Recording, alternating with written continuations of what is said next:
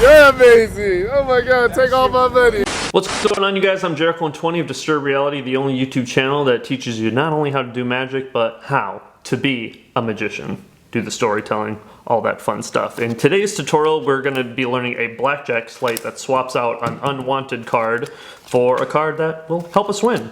So if this guy has a 20 and he wants to stay, this guy has 10, let's say he hits, boom, 19. Now you look down at your hand and you say, oh no, 15, I'm going to have to hit because I'm a dealer, right?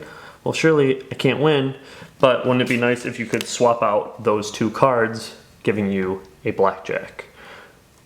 I stole the 5 over here. Let's learn how to do it.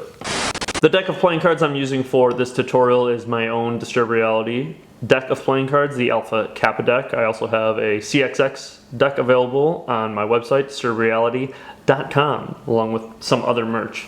So for starters, we want to know, is the card on top of the deck even more valuable than this card in this blackjack situation? If you're doing magic and you want a cool way to switch a card, this is a way. But for this specific kind of example, we are playing blackjack. So with that being said, we want to know, is there anything better than this 5 that could be more useful being in this position than the 5, which realistically is pretty much any other card, besides maybe a 6. So there's a couple different ways you can look at the top card. It could either be marked and you could read on the back what the card is. You could do a little turnover kill and sneak a peek at what the top card is. Be careful with that one though. What I always did is I would get a break on the card just like that. So from this angle and from the angles up above and all around the table, people would see what seems like a normal flat deck of cards, and this move only takes a split second to nail it. So once you get this little break, all you have to do is turn the cards just enough to be able to see. You'll be able to peek and see without sliding the card off the edge. You'll just be able to see, because of that gap, is that a card that I need? Boom. So there's an ace. So that is my preferred way of seeing if that card's more valuable. So in this instance, what we're going to do is, it looks like we're scooping up the card with the top card on the deck and flipping it over, but what we're actually doing is dropping off the ace face up on the table while stealing this card with our thumb into the packet. The more the bottom card is under the top card, the more challenging it is. You want to give yourself a little scooping room, a little room to scoop. So you scoop it up, and in slow motion you steal it and you flip it over, and as you come over, this card almost gets stuck to your thumb and you can wave over, and the process of the wave is going to cover this move pretty substantially from your angles up in front. You can also feel free to like lift up a little bit when you're trying to swap this card out once you get this grip on it, because you'll be able to pull your thumb. See how it's bouncing on my thumb because of whether it's sweat or the way the paper the cards are made of. It allows this card to just kind of stick, especially if you give your thumb a small little lick. There's just got to be like some kind of sweat or moisture a little bit on it. Actually, that may have made it worse. But either way, this is not a difficult thing or uncommon thing to be able to do with a deck of cards, especially if you are into cardistry. As far as the switch is concerned, it's going to be relatively simple. As you take a look down, maybe you sneak a peek at what this card is. Oh, there's a 5 down there, but I need an ace.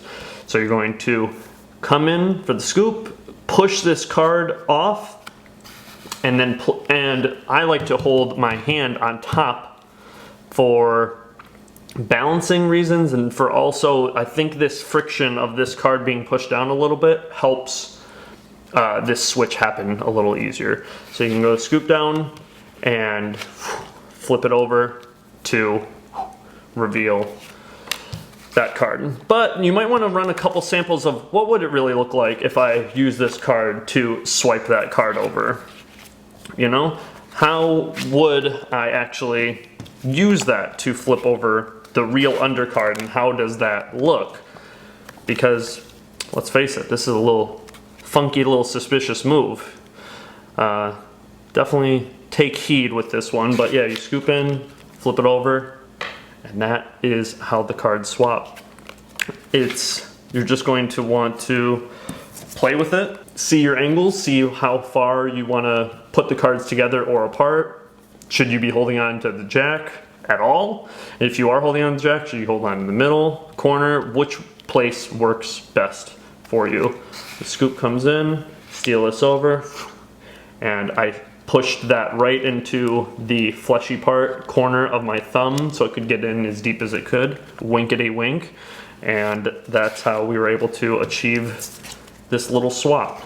Push it in, steal that away, flip it over, just like that. Thanks for watching, guys. I'm Jarek120. This is Disturb Reality, teaching you not only how to do magic, but how to be a magician. Getting out in the streets, performing at parties, at events, interacting with people successfully, strangers, steering a conversation the way that you want it, be able to interact with strangers, and tell a story using your magic and your playing cards. If you can tell a story using your magic and your playing cards, then you can tell a story without them. Hit that subscribe button, hit the bell so you get actual notifications of this. I believe YouTube changed their algorithm pretty significantly because I don't know if you guys are getting notified of these video uploads. So hit the bell to make sure you get, you know, a little notification of when I post a new video. If you're interested in getting the deck of playing cards that I used in this video, the Alpha Kappa deck of playing cards, you can get it at DisturbReality.com along with a bunch of other merchandise that you can peruse around, see what you like, and ships worldwide, so check it out. I might be trying to put out new videos. In the meantime, you can check out my gaming channel. You know, I play Fortnite as well on the Xbox One. But Disturb Reality Gaming, new channel. Just check out the link at the end of the video, and you can watch me on Twitch as well, twitch.tv/Jarek120 for all you Fortniters out there. Got the Battle Pass and trying to rack up those challenges. Maybe we can play a game or two. We'll see. Check me out on Twitch. Follow me there. Follow me here. Instagram, Twitter, Snapchat, all at Jarek120. We'll catch you next time. Be inspired to learn, inspired to disturb, and always rise above.